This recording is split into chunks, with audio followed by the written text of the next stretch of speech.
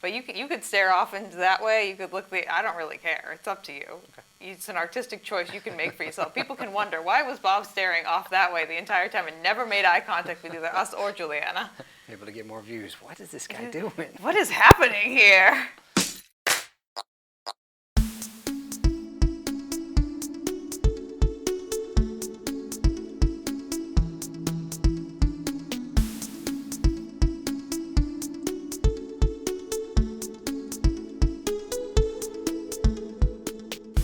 Hello, and welcome to Runnah, running on Cape Cod, Massachusetts, and beyond. I'm Juliana. Welcome back. I'm your host. I meant to say I'm your host first, but that's okay. Here we are, back again. And this week I have one of our Falmouth, I'm going to say legends, because in my head, Bob, you're a legend. We have Bob Mulcahy, chiropractor here in Falmouth, and now the official chiropractor of the Cape Cod Marathon. Welcome, Bob. Thank you. Glad to be here. Yeah, in my head, and we're going to get this out of the way first because people who've listened to this podcast before already know that you're kind of a legend, like somewhere in my brain, just for that accidental half marathon that you ran. That is a great story.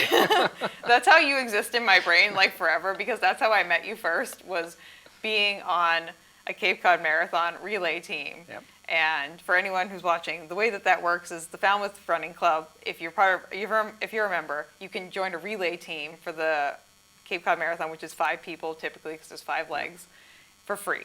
And they just put you on a random team with random people. And you just kind of get luck of the draw. Whoever signs up is on your team. And Bob and I ended up on the same team. And we also ended up on the same team with some guy who didn't show up to the relay exchange point at the right time. Yep. And you ended up running 2 legs, which totaled about a half marathon.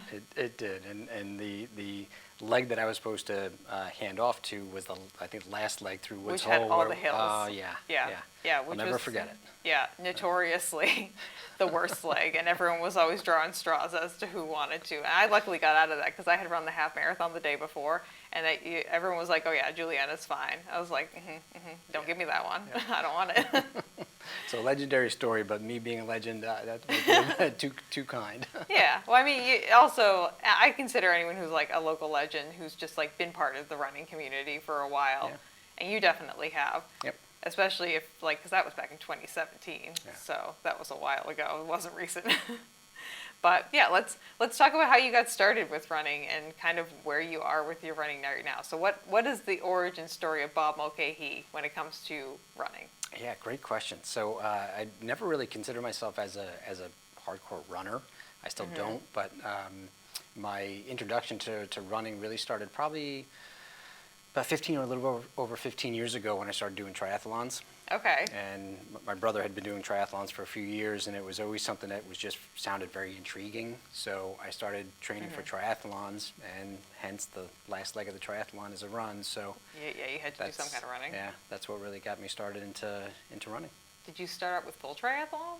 No, my first was a sprint, and it was at the time I think it was called, was it Escape the Cape? It was over in Onset. As the person who murders people on bikes, like, I don't really know the triathlon scene that well. That's another legendary story. It was my first triathlon. It was over in Onset, and my mentality was, it's a sprint. You have to go all out. Yeah, you just like pedal to the metal the entire time. That's it. And the weather was pretty horrible that day, so they canceled the swim, and they substituted in a 1-mile run. Which I'm sure you were thrilled about. I was totally thrilled. So excited. So I think I sprinted that. I was somewhere probably in like 7 or 8 minutes for the mile, and then we did the bike, and then I started sprinting the 5K on the last leg. Yeah. And about halfway through, my knees just started blowing up, and they were screaming. Oh no. And I just figured this was my one and done triathlon, so I just kept sprinting and sprinting and sprinting. I don't remember what my finish time was, but my knees have kind of given me a problem since. So I can relate to all the runners out there that overtrain and overdo it and injure themselves, because I've been there. And that is something that I'll write about in a future article for the marathon. For the marathon, yeah. Yeah, I think that's exciting. No, obviously you didn't stop at that sprint triathlon. I didn't. I was hooked. Triathlon was just definitely something that I gravitated to. I didn't at the time really love running per se. I Yeah. liked swimming, liked biking, but I just kept at it and worked my way up to doing half iron, and I'd like to do a full. Hopefully, in time, if my knees can tolerate it, I'll get up to a full. But I'd like to Yeah. at least get back to doing a half Ironman. Which full Ironman are you looking to do? Is there like a specific one? Because I know a lot of people like are really like, they're like, I want to run Kona. It's it's like the number one to. I'm like, as the person who knows nothing about Ironmans, I just know that Kona gets mentioned to me a lot. Sure. In the way that I'm sure a lot of people who are not runners, Boston gets mentioned to them a lot. Exactly.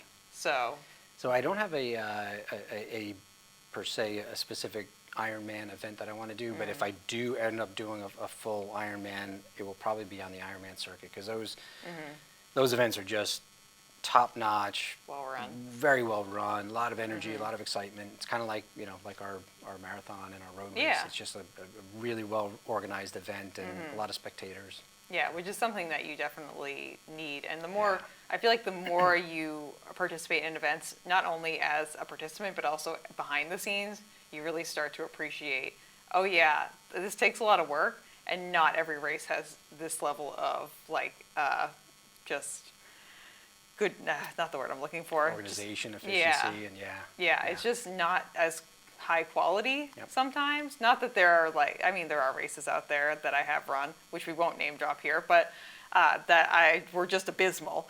But there are also other races where they're kind of like, they're fine. And then there are other races where you're like, yeah, that was like a 5-star experience Yep. right there. So, which is what we hope to do with the Cape Cod Marathon. From my perspective, being a little bit on the outside as far as for the Cape Cod Marathon, I mean, it's a super well organized event. You were holding the mic last. This coming year will be my fourth year on the mic. Yeah. Fourth year, and I do it from the start to the finish. So I'm on the mic about 4-ish hours on Saturday, and then pretty much from like 7 a.m. till like whenever the last finisher comes in, which is usually 3:30 or 4 o'clock. So, Long day. yeah. It's funny because like the first year, my voice was definitely tired. Every subsequent year, you would never even know I spent like the entire day talking, because my voice is just like, yeah, that's just what we do.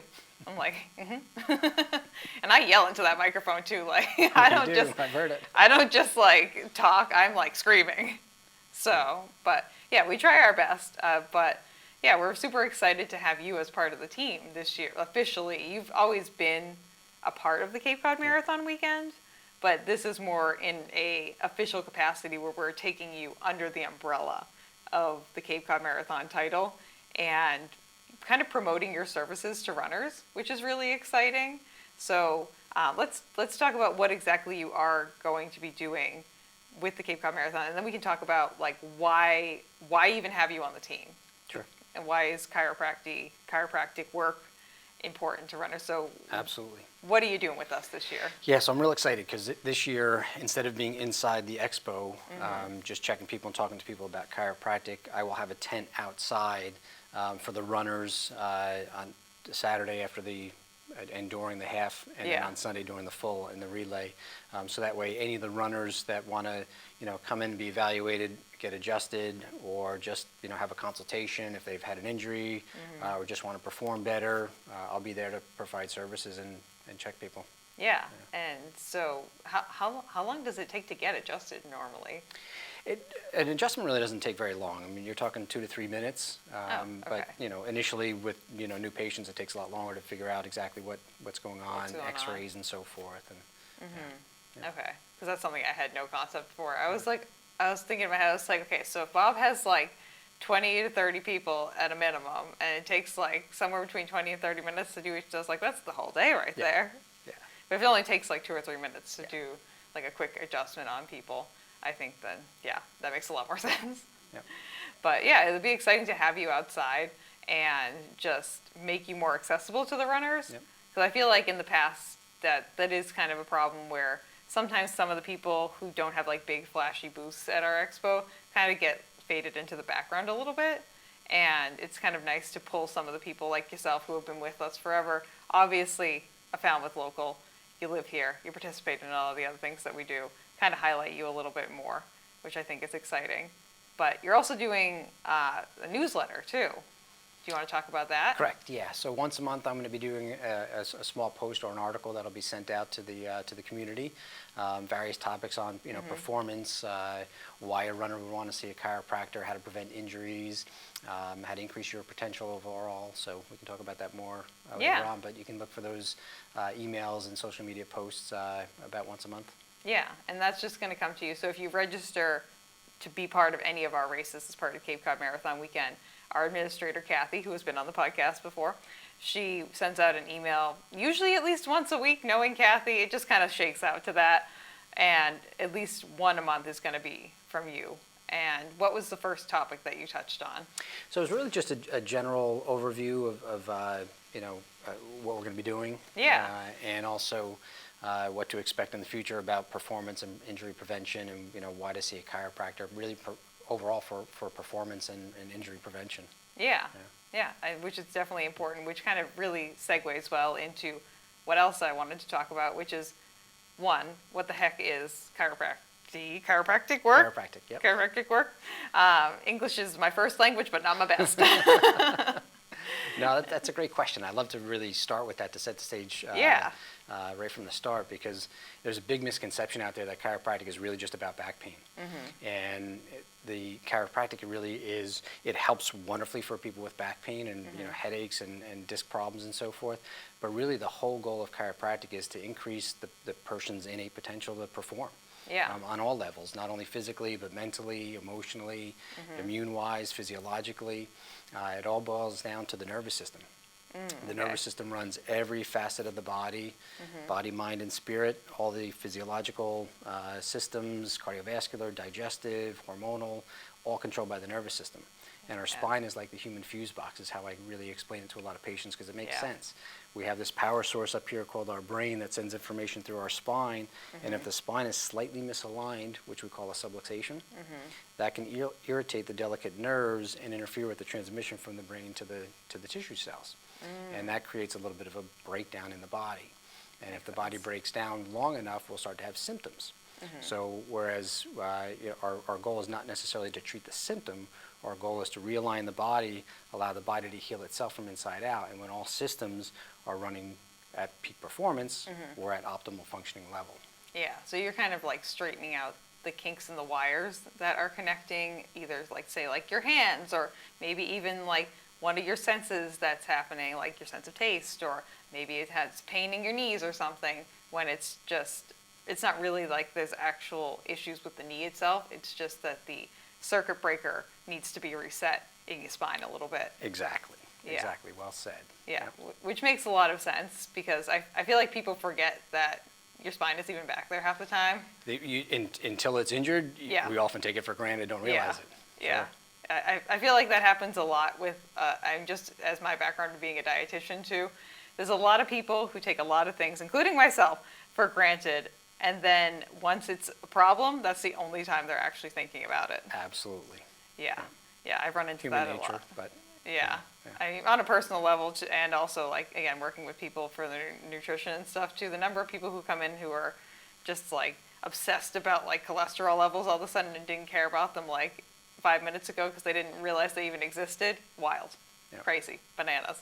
But yeah, so chiropractic work can be super helpful. Absolutely. And you mentioned physical and mental performance as well too.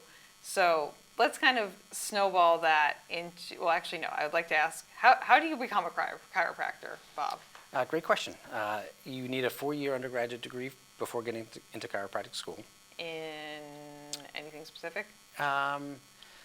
Well, typically biology, some type of, you could do a pre-med program as well.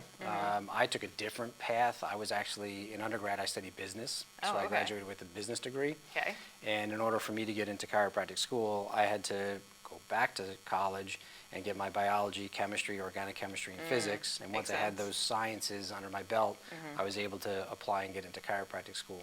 Okay. And the program is typically it's a 3.5 year program, but it's year round. So it's the equivalent of a 6-year program that's condensed into 3.5 years. Okay. And we study all the basic sciences, anatomy, physiology. We do dissection, general diagnosis, x-ray, and then in addition to all the basic science courses, we do chiropractic technique courses, which is analyzing alignment, posture, physiology, and then also applying the adjustment.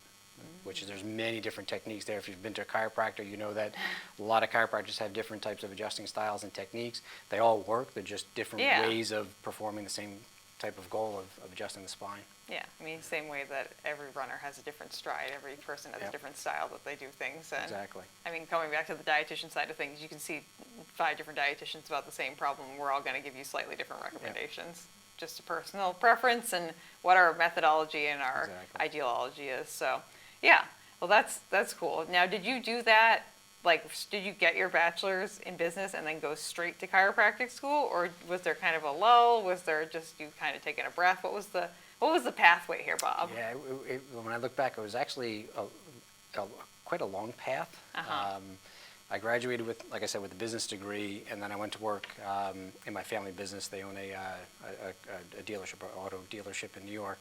So I was working in the family business for about 6 months, and I had always just had this thought about chiropractic school. It just kept bothering you.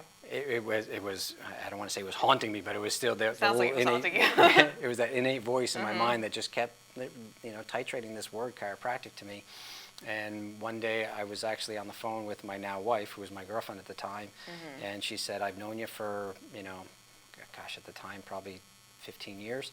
And she said, you keep talking about this chiropractic thing, will you just go pick up the phone and go do it?" Yeah. So I hung up the phone, picked up the phone, and applied to chiropractic school. And I think it was about 6 or 8 months after I graduated undergraduate school that I actually applied to chiropractic college. Okay. And then from there I went to school.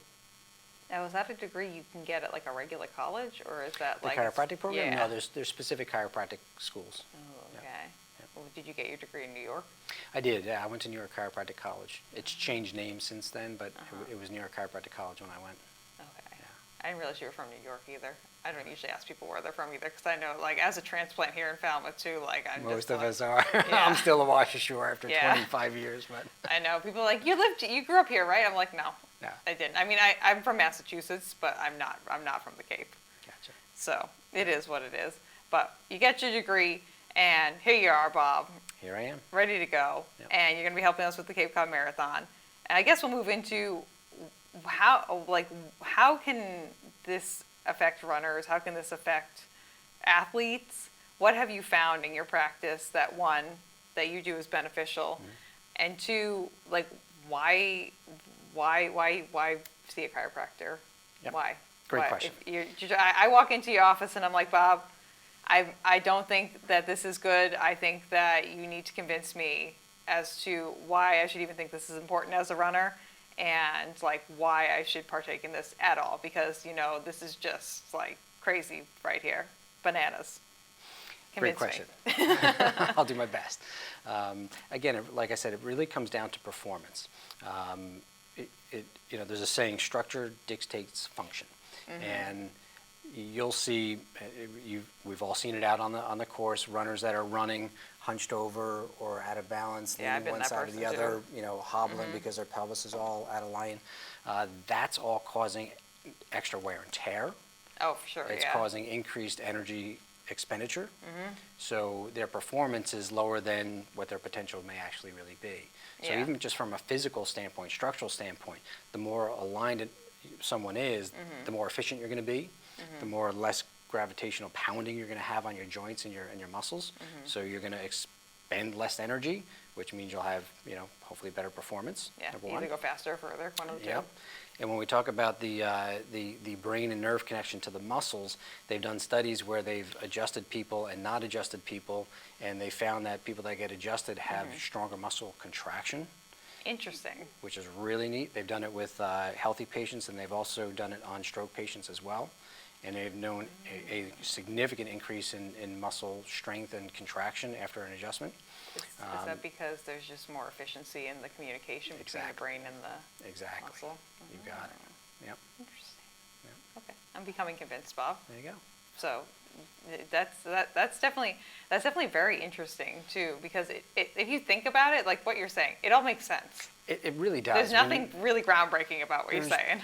There's not. When I talk to patients and I really break down chiropractic, it really is so simple. And I think for some people, it's almost makes things too simple. Yeah. And they like complicated, but it's really simple. It's about nerve function and spinal alignment. Your posture has a lot to do with it. If your posture's off, we know your spine alignment is not going to be 100%. So there's going to be even a slight bit of pressure on your nerves can impede nerve function to the body, and the body's not going to perform at its most optimal level. Now, getting to the point where you need a spinal adjustment, like what puts you in that position, generally speaking? And you can speak to like the general population, and you can speak to runners if you'd like, but sure. I'm just trying to think, like, I know for myself I have ankylosing spondylitis, and so like that, when I get tired, and you should see my Boston Marathon pictures from the first time I ran, I'm like leaned back like sideways like this. It's like a this way lean and a backward lean, and my butt's trying to touch my shoulder. Yeah. But that's not the case for everyone. I understand that's not a super common condition, but how do you get in a place where you're like just kind of crooked, or you need to be realigned? Yep. Generally speaking. Yeah, great question. So in our eyes, from a chiropractic standpoint, if you have a spine, it should be checked on a regular basis because we can develop subtle misalignments, again, what we call subluxations, and we don't feel it. Pain is just one marker, and it's not often the first marker. A lot of times it's one of the symptoms that happens late stage. Okay. So getting checked on a regular basis is just good for overall health. What's a good, like, frequency? Being checked, yeah. Yeah, so great question. So I'm a pretty fanatical chiropractor, you might say, to where you like to be involved. Yeah, you have to be an active participant, and life is stressful. You asked what causes your spine to become out of line, and it comes down to one word: stress. I mean, that makes sense. And stress breaks down into three main categories. We call it the 3 T's: traumas, right? Repetitive traumas, running. Yeah. Traumatic injuries, traumas, toxins in our environment, the food we eat, all stress our immune system and our organs, which can affect the function of the nervous system, and our thoughts, believe it or not, our negative thoughts. Think about it. When you get stressed or you have this constant thought of gloom and doom in your head, it activates your sympathetic nervous system, and everything starts to tighten up, and you get that stressed posture. And that stress often stays there with us for months, if not years. And sometimes you'll see people kind of hunched over or forward head posture. That's all typically a stress type of response. So getting adjusted and realigning the spine, not only does it structurally realign the spine, but it actually deactivates. Me to sit up straight too. It deactivates the sympathetic nervous system, which is our stress response, and it increases the parasympathetic, which is our relaxation and healing part of the nervous system. So when people get adjusted, people often report, even with their kids, just sleeping better, themselves sleeping better. They get deeper sleep, they get into a better REM sleep, and when we sleep, that's predominantly when the body really focuses on healing. So your recovery time when you get adjusted really, really enhances. It sounds like to me the largest thing that you're doing, like outside of like the physical manipulation and including it, is opening up space. Like you're opening up not only just space in the spine for things to kind of like get back in alignment, to kind of breathe a little bit more, but you're opening up space in people's lives, giving them less things to stress out about, hopefully, giving them space to think about things, giving them space to just like let their body breathe a little bit more. Because I know like when I get a massage, I leave the massage, I'm like, wow, I didn't realize how much tension there was in my muscles. Yeah. Or even like the last couple of days, like, because my body does not like the cold. And so like yesterday, I felt like a brand new human being. But it gives you that space to just kind of breathe and dehiss and just kind of like everything out, which I'm sure definitely not only physically but mentally helps with everything people are going through. It really does. Yeah.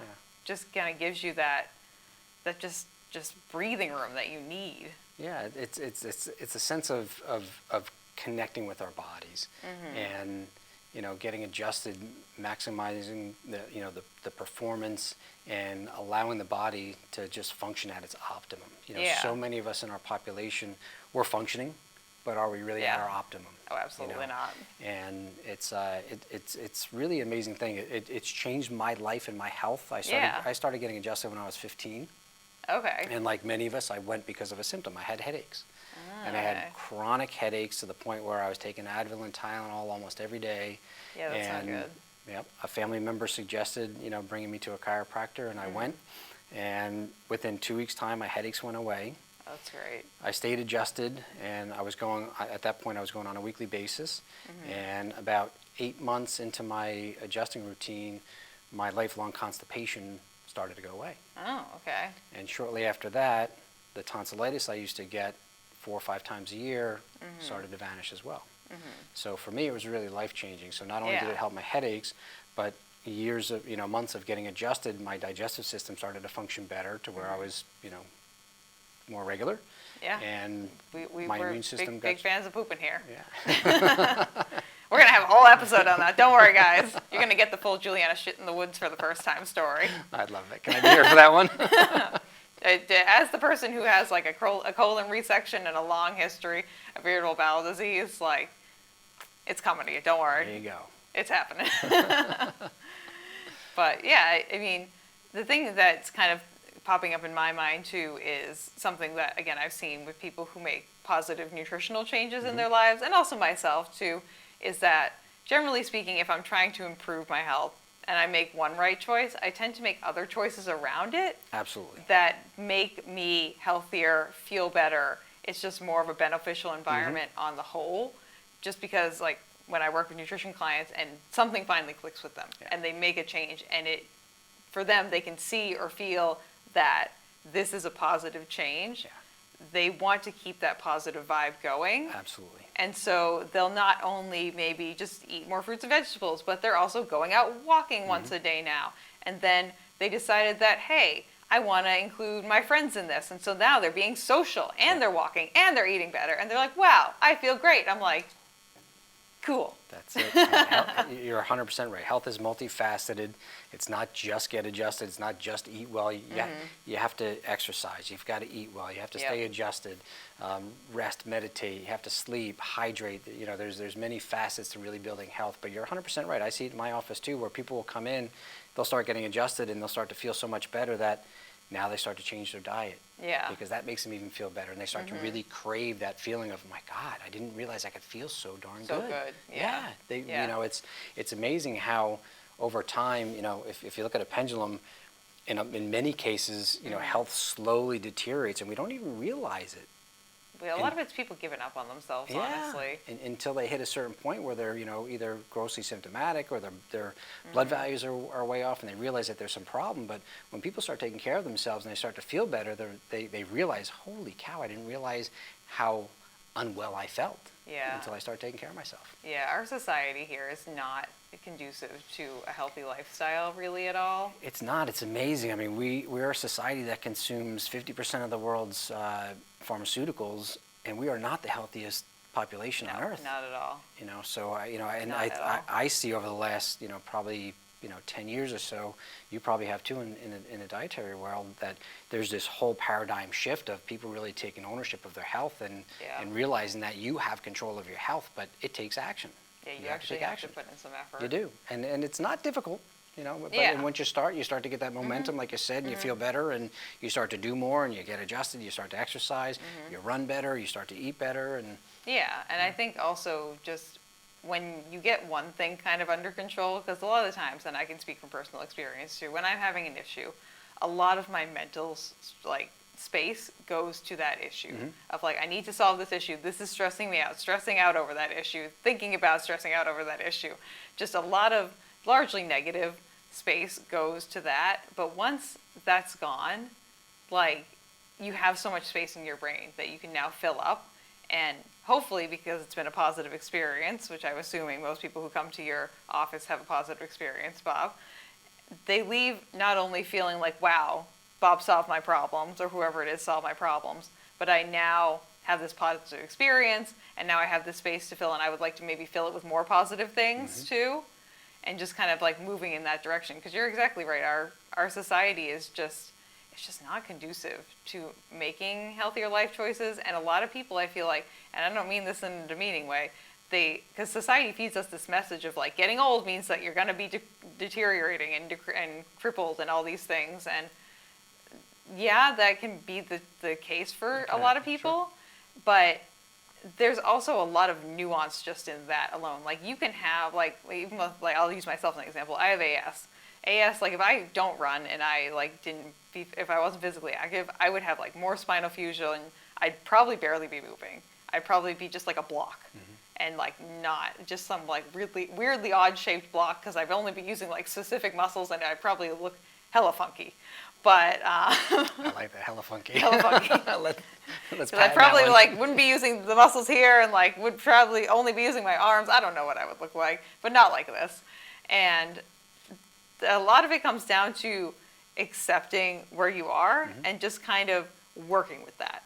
Like you can have a chronic illness, you can have a challenge in your life, you can have all these things, but if you're able to make positive changes and kind of like, regardless of what that is, like still find things that can improve your life, I feel like that's going to be beneficial. Absolutely, 100%. And to dovetail on that, I love that you just said people just need to accept and realize where they're at.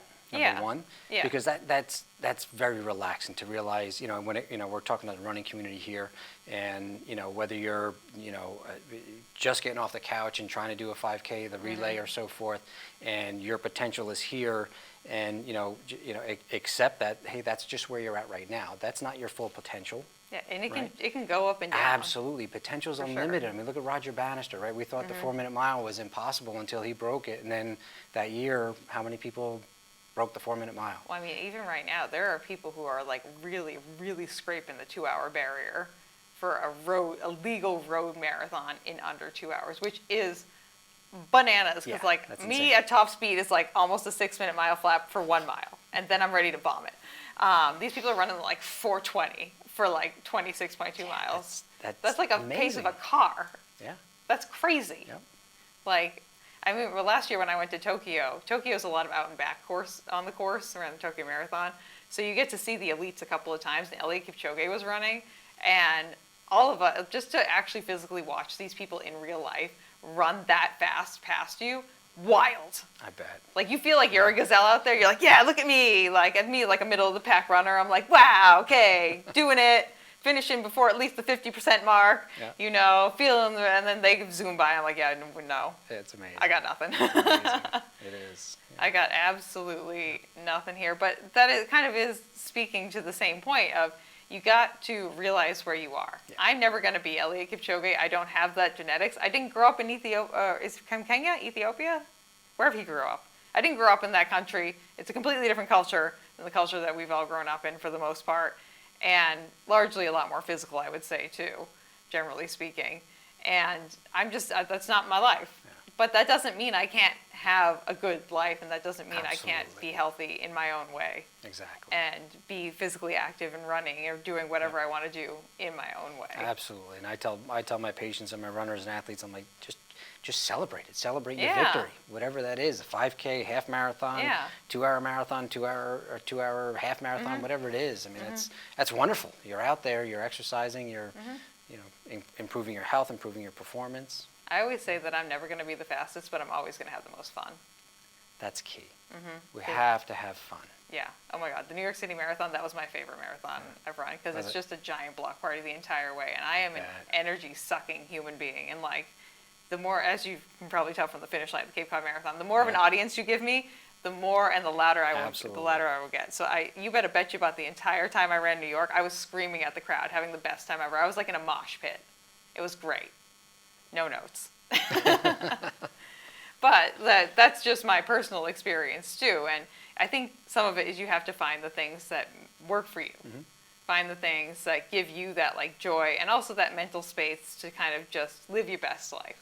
And also the physical space too, But yeah, I would say, so let's get back to talking about like chiropractic work. Sure. So for runners specifically, what are some practices from yourself that you found? Is there like a frequency that you found of work? Is there like a specific type of alignment that you found that some runners kind of gravitate towards? Obviously, this is not like a blanket statement for everyone, but we're just going to talk about some like general observations and recommendations that you might have. Yeah, I wouldn't say that there's a specific, adjustment or adjustment technique that's better for runners than another. There's lots of different, there's hands-on techniques where there's, higher thrust type of adjustments, which most people are kind of used to, especially watching YouTube videos. Yeah. But there's also a lot of very light force techniques. Sometimes there's instruments where an adjustment is, Just like kind of a pressure point almost. Yeah, very, very gentle.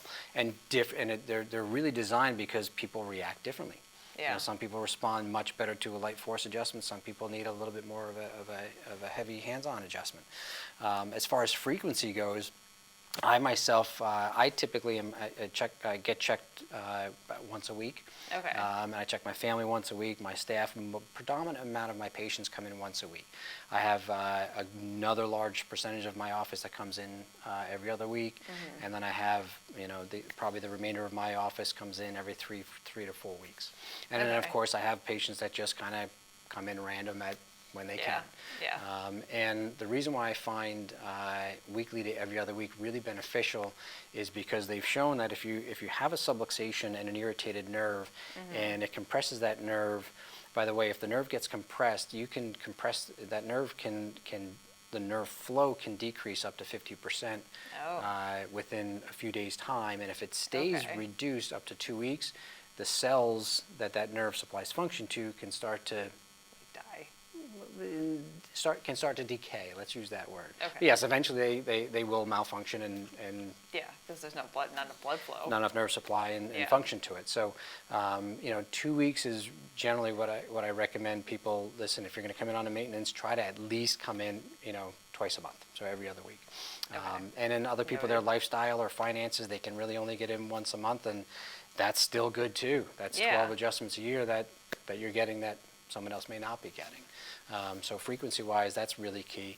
As far as adjustments, obviously with runners, a lot of pelvic issues that we're adjusting, piriformis issues. If you're a runner out there, you've probably suffered with piriformis. Hopefully not, because sometimes it can last a while. But if the pelvis is slightly tilted and you're stressing your gluteal muscles, that will over time lead to piriformis or gluteal issues, very, very chronic sacroiliac dysfunction. And then by adjusting and realigning, things can really start to get better and heal better and faster. And of course, stretching, exercise is warranted. PT is a great adjunct as well. I feel personally targeted right now, Bob. Piriformis? Yeah. That's I have a doctor over at Spalding who I just saw like a couple weeks back, and she's like, "Yep, I think that's what it is." I'm like gluteal piriformis thinking. I'm like, "Yep, comes and goes, Definitely come in. Let me check. Yeah. Comes and goes. Yeah. But so a lot of people with hip issues, a lot of people with like lower spine issues, I would imagine too. Yep. A lot of lower lumbar, and believe it or not, a lot of upper cervical as well. Is that like kind of through the top, the very top of your neck? Yep, just below the skull, right behind the ear is the upper cervical spine. And for two reasons. Number one, there's two philosophies in chiropractic. There's a below up and an above down philosophy. So if the base or the pelvis is misaligned, that's going to affect the upper neck. Because it's like a domino effect. If the base is crooked, the top is going to start to kink and compensate. And vice versa. If the upper neck is slightly misaligned, the pelvis is going to compensate, because we're not going to walk around crooked. The pelvis is going to start to right us in that scenario.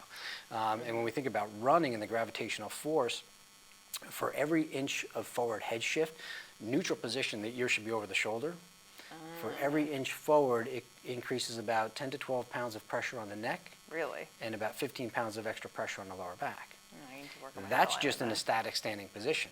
Now you add running with the heel strike, that amount of gravitational compressive forces exponentially goes up in the cervical and lumbar spine.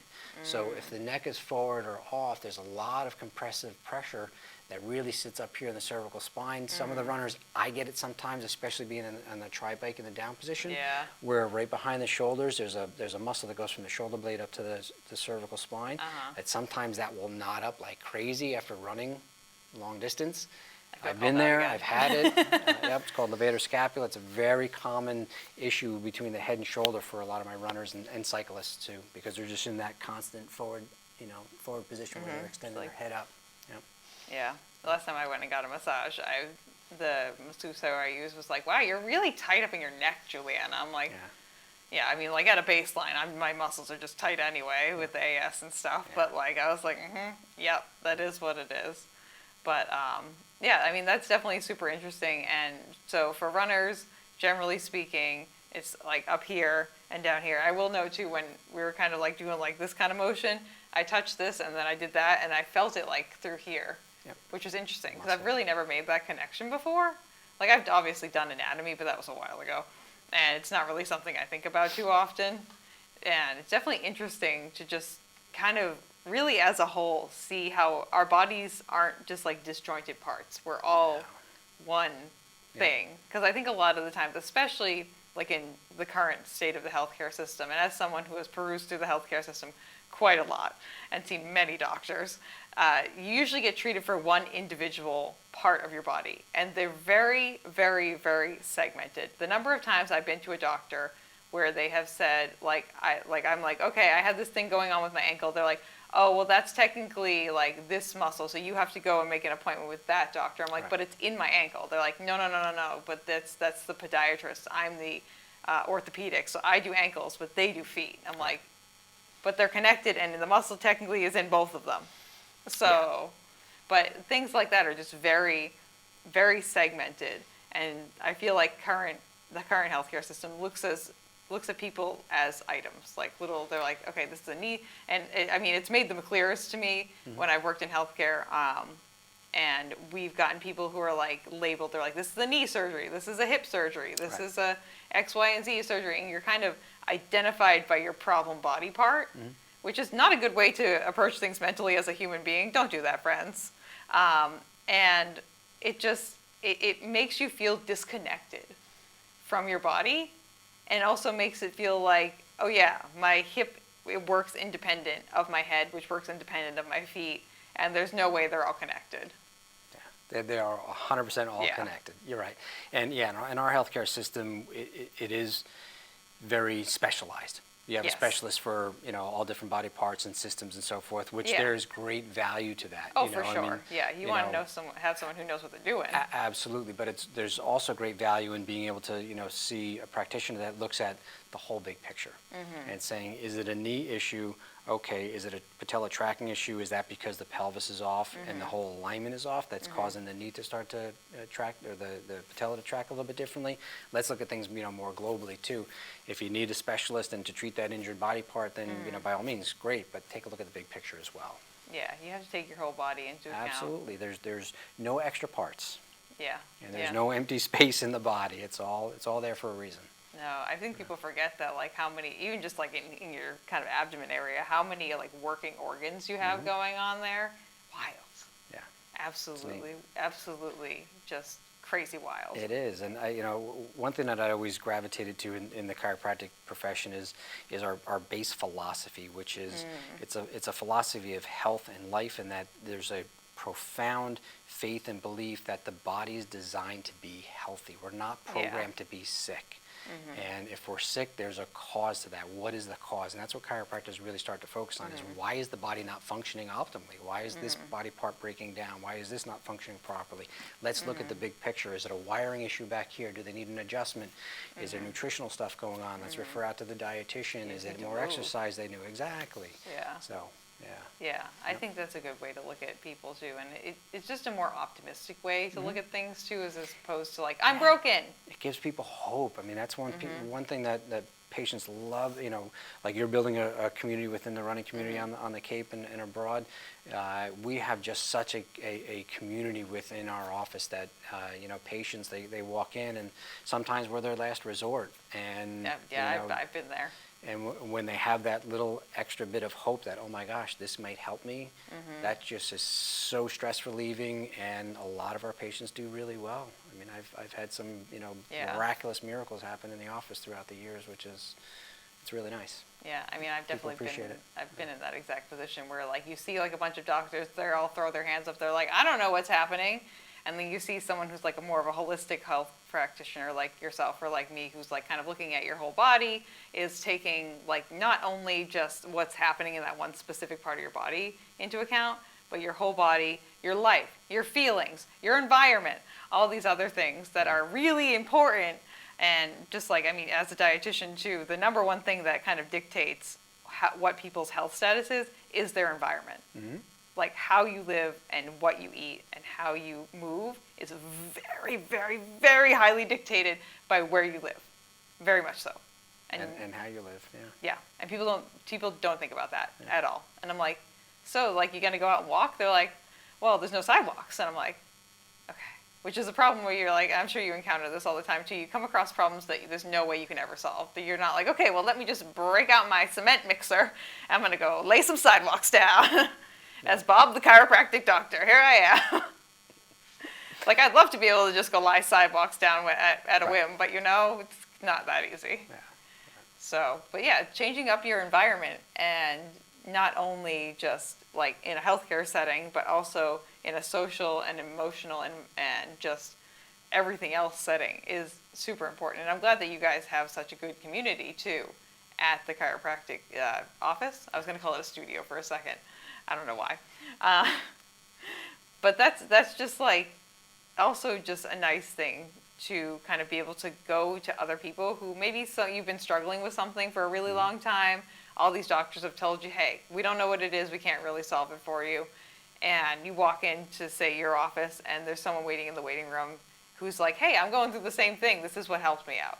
Yep. And they're like, oh my gosh, not only did Bob align me and I felt so much better, but there was this other person in the lobby who gave me these resources, and now I just feel like a million times better. I feel like $1 million right now. That happens probably every single week. We have a new patient that'll come in, and one of my existing patients will talk to the new patient and tell them, oh my God, I came in with chronic headaches and I lost my sense of smell and taste, and within 3 months my headaches were gone. I could taste and I could smell. Yeah, and which is they're fabulous. like, holy cow, you got to be kidding me. There's hope. Yeah, yeah, and I think that's a good place to like let people kind of marinate on that. Yeah. Like there is hope out there. Absolutely. For people who are dealing with things that are a little bit more complicated, a little bit or less mainstream, and also just for people who are looking to get a better performance out of themselves, whether it be at the Cape Cod Marathon weekend, which hopefully some of you will be joining us. I know at least a few people will be already. Yeah. And anyone who's within my vicinity usually gets harassed into doing something, whether it's volunteering. She'll sign you up. Yeah, I'll volunteer you. I will put you in for a race. If you know me well enough, you will be doing something during Cape Cod Marathon weekend. Because someone will be like, oh, I'm not doing anything this weekend. I was like, you know what, we need finish line volunteers. Would you like to be a finish line volunteer? And they're like, I guess. I'm like, yeah, great, you get a free sweatshirt. Your nice sweatshirt's the maroon this year. I don't know if you got to see them yet or not. They're the Mullen Hall I didn't colors. see the sweatshirts, but I saw the shirts that were made for the runners. Yes, yeah. Spectacular. Yeah, they look great. I have to say, I was talking to Jack, and he showed me the shirt for the marathon. Yeah, it's nice. That's motivation enough for me to try to get up to do a marathon. We've been they're really cool. I actually do the social media for USA Racing, who is our merchandise and apparel provider, and they did a great job this year with their design. I've been able to look behind the scenes a little bit while they're working on things and be like, ooh, okay, that's nice. Just be a little bit more nosy. Yeah. But yeah, we have some fabulous shirts, and each year we're trying to get a little bit better too, and just kind of bringing it back around too. And that's kind of why we want to highlight you a little bit more this year too, and highlight some other people who are going to be doing things with us for the Cape Cod Marathon. We are going to be having Nicole Davies back, who will be our mental performance coach. So she'll be on before we get to the marathon, probably a lot closer to when the marathon actually is. Yeah. But we're going to have just a lot more fun this year, even though we had a lot of fun last year. It was great. But we can always have more fun. Absolutely. We can always have more fun. So, but yeah, any closing thoughts about chiropractic? One last pitch maybe, Bob, as to why runners should come and see you at the Cape Cod Marathon? Yes, come stop by. Even if you've never been to a chiropractor, seen a chiropractor, doesn't mean you have to get an adjustment. You can come in, chat with me, talk to me. I'm a board member of the International Chiropractors Association. Wow, so fancy. I have a very large database of chiropractors, not only around the States, but also in other countries, to really try to, parlay people to other good chiropractors around. Yeah. Which is a lot of what I did, throughout the years. I would adjust some of the runners at the expo, and a lot of them would ask, hey, who's in my town, that you might recommend? So I'll look up in my database and try to find people, good chiropractors to go to in their area that, are, very avid with, runners and so forth. So I think that's great because, as you might have gleaned from some of the past years, Jack, our race director, takes great pride in that marathon, on that map of the United States, where we try and get at least one person from every state to come and run the race every year. And usually we get, I think most years we haven't filled out the full map recently, but there's usually like 1 or 2 lingering states. But then we also usually get at least like 6 or 7 different countries, like not even including Canada and Mexico, like Portugal, Iceland, things like that, where it's not super intuitive as to why they would come here. But it's enticing enough, and so they say, sure, why not? Yeah. So, but yeah, that's definitely good to know that you have that resource as well to let people know, hey, I live here in town, but you can find this person near where you live. So I think that's great. Okay. Well, Bob, we're going to be doing the segment that I just added to the end of, it's not really that crazy. I feel like my probably kind of mischievous smile probably conveyed the wrong thing, but we're going to be doing a segment. It's called, What Shoe Do You Choose to Use? So, if you want to just tell us, Bob, what is either your favorite shoe that you're running in right now, maybe your favorite shoe of all time that you've ever run in, or just like a shoe that lives rent-free in your brain. You can mention more than one shoe too, but what shoe do you choose to use, Bob Mulcahy? Okay. So, what shoes? So, I used to run in Brooks. Okay, you're a Brooks boy. Yep, I like them. They had a nice wide toe box, which I found very comfortable. Yep. And I've actually transitioned to a brand called Zoot. I don't even know Zoot. Zoot's more of a triathlon type brand. Okay, I was going to say, like, people who have watched this show before and know me know that this is a big moment. I know most of the shoe brands. Like, I'm going to be starting testing out another smaller shoe brand. I'm wearing Mount Coast, which you probably never heard of. Never. Like, yeah, I dabble in small shoe brands, as well as the big ones, too, Yeah. But I do not know this one. Yeah, so I found them just being a part of the triathlon community, and what I liked about them, as odd as this may sound to the running community, I actually like running barefoot. There are plenty of people who do that. Oh, good. Yeah. I thought I was kind of one of the few. I mean, it was definitely more popular when Born to Run first came out. Okay. But like as the person who recently has run some of the major marathons out there, I didn't see this in Tokyo, but you bet your butt in New York and Chicago, I saw people running barefoot. And that's when I really started to question people's life choices, because I was like, that there are needles filled with drugs out here somewhere on these streets, and probably HIV and many other diseases that you don't want. So I get like if someone was like, I'm gonna go barefoot running like here on the Cape and like on the sand or like in some grass or whatever, or maybe on a spot where I can see what's in front of me. Not in New York City. No. Don't do that. No. You're gonna die. Let me rephrase that. I shouldn't say barefoot, sockless. Okay. So sneakers. I'll run with sneakers, but sockless. So you're not like. So are you running in like zero drop shoes, or are they just shoes where you're not wearing a sock at all? Just not wearing a sock. And that's why I like the Zoot brand, because they make a sneaker that doesn't have any stitching on the inside. So you can go sockless. Yeah, so you can go sockless. You don't get blisters, and for me, I just find it really, really comfortable. Oh, okay. I'm gonna have to go look these shoes up, because that's one of the things that I like to. I'm kind of a wide toe box connoisseur, mostly because I have a little bit of a wider foot. I kind of skirt between wearing a ladies and a men's shoe. I'm kind of in that sweet spot shoe size-wise where I can do that pretty easily. But I do enjoy just having that breathing space for my toesies. Me too. Because when I start actually running, my feet get hot. Yeah. And just being able to let them breathe, I think would be nice. Okay. Do you think that they're like that because people who run triathlons, you're kind of getting out of the water and you don't want to have to get socks on and stuff? I think that's pretty much the concept. Yeah. And not everybody that does triathlon runs sockless, but there's a handful that do. I would imagine, yeah. And Zoot makes, all different kinds of sneakers, but they make, I think there's at least 1 or 2 styles or lines within the Zoot family that are really geared towards sockless running. Do you have a favorite shoe within the Zoot line? You can remember the names? For life of me, can't remember the name of it. Okay. I fully understand that I know shoes way too well. And that has been very illustrated to me just by doing this small segment here. Even just like with Scott Gelfie, who was on last, he was like, I have the Metaspeed. I was like, which one?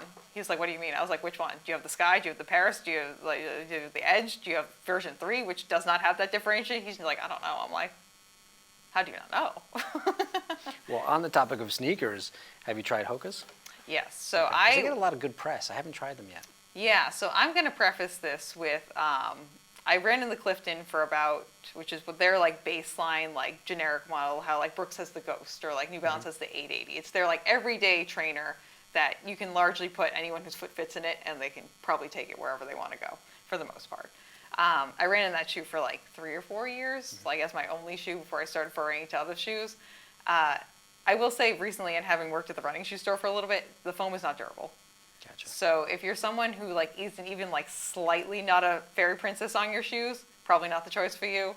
I will say there are a lot of shoes who do what they're doing better and are more worth the money, I would say. If you asked me to pay like $50 for a Hoka shoe, sure. I'm not going to pay $160 though. Absolutely not. But yeah, Hoka is okay. I'll say too, there is a lot of like behind the scenes stuff that happens with shoes, as I'm sure and I know with like nutrition supplements and like probably other chiropractic things that you do, where the rep will come into your place of business and be like, hey, would you like some free samples? And then because you like them and you got them free, you're like, hey, my patients would like these, which Hoka did a very good job of going to physical therapy offices and doctors' offices and handing out shoes. So that way doctors who have no experience in like a general practitioner, give or take, who doesn't really have any reference for shoes, has no background knowledge in shoes, and as someone who's like very deep in shoe lore, even I have a hard time keeping up with the technology that's out there. These doctors have no idea. They have no idea. They're like, wow, this feels good on my feet. I shall recommend this to everyone, and Hoka did a really good job positioning themselves. Gotcha. They've got a great marketing team. Are their shoes really any better than anyone else's? Honestly, no. Honestly, a little bit subpar. But their marketing team, really good. Great marketing team. There you go. So, you gotta, but yeah. It just depends what you're looking for. Honestly, for triathlon, my recommendation would be Puma. Okay. Because Puma is very durable, and also it's got this signature Puma grip on the bottom, which is made out of like, it's not made out of continental rubber technically, but it's the same style of rubber, and that stuff bites the ground. Like you can, I've done trail runs. My friend Ben, who was on here already, he did a 50-miler in a pair of Puma road shoes in the White Mountains. No issues. I'll have to look them up. Yeah. So I can send you links later if you want, Bob. Sounds good. But yeah, thank you for telling us what shoe you choose to use. As usual, this turned into Juliana kind of ranting about shoes and not really the guest actually talking about shoes. That might be the segment that just is the biggest part of the show. Yeah, I know. That's why we have the second section of the podcast that I record at home called Shoe Eating Monster, because I am uniquely destructive with shoes. 1 mile from me is about 3 miles from another person. Really? Oh yeah, it's honestly disturbing to see some of my shoes, like, and you would never know. You just chew them up. Yeah, I destroy them, like completely, like just like, nah. It's disgusting. But thank you for sharing your shoe, Bob. My pleasure. Before we go, would you like to let people know where they can find you, like if they want to get in contact with you, what's the best way? I will also put this underneath in the description below, so if you would like to click on the link to Bob's website that I'm sure you're going to mention in a second, Sure. that will be there too. But just verbally tell us, where can people reach you? Yep, so we are actually located on Main Street in Falmouth. Our website is mulcahychiropractic.com. Juliana will share that in the link below. You can find us either, online. Our phone number's there. If you're local and want to come in and have an evaluation, just call the office and we can easily get you set up. If you're not local and you're really interested in chiropractic and you're having a hard time trying to find a chiropractor, feel free to call the office and just mention you saw me on the podcast and you're looking for a chiropractor in your town, and I'll do some research, and within a couple of days my staff or I will get back to you with recommendation of someone in your area. Yeah, and we'll put that information down below, so if you guys want to reach Bob, that should be an easy way to do it. Or you can always just Google Mulcahy Family Chiropractic, Falmouth, Massachusetts, and that should come right on up as the first result. We love that. Wonderful. Well, thank you for being on the show, Bob. Thanks for having me. It was a pleasure. Yeah, I think this is great. It was a nice time, and hopefully people will come and they'll run the Cape Cod Marathon, and then they can see you there, which would be great. But if you would like to get in contact with me, or I always want to say us, but I'm the only one behind this podcast, so me here over at Runnah, you can find me on Instagram at RunnahPod, and we're also on TikTok, which I haven't been as active on, so apologies for anyone who's clamoring for that content. I don't think you are. But you can also email me at runnahpod@gmail.com. And then obviously, if you are here on YouTube, I would absolutely love it if you would rate and thumbs up on YouTube, comment below. Maybe you can let me know what shoe you'd like me to test out and rant later, or any thoughts you had about Bob's chiropractic insights. And if you're on Spotify or iTunes, please leave us a 5-star review. It does a lot to help us with the algorithm. But until next time, we will see you on the next episode of Runnah. Woohoo! Yeah. Excellent. Nice job, Bob. Thank you. Great job. That's right. Thank you for listening to this episode of Runnah. This podcast is edited, hosted, and produced by me, Juliana Coughlin. Brought to you in part by the Falmouth Running Club and the Falmouth Community TV station. If you'd like to connect with us, you can find us on Instagram and on TikTok at RunnahPod.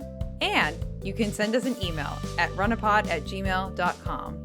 And our original theme music was brought to you by the one and the only wonderful Jeffrey Hutton. And keep up the great work. I'm proud of you. If we could get like one of those rails that come down from the ceiling and I can hang shoes on it, so that way when I come onto the set, the shoes just kind of come down from the ceiling and they're hanging by their shoelaces.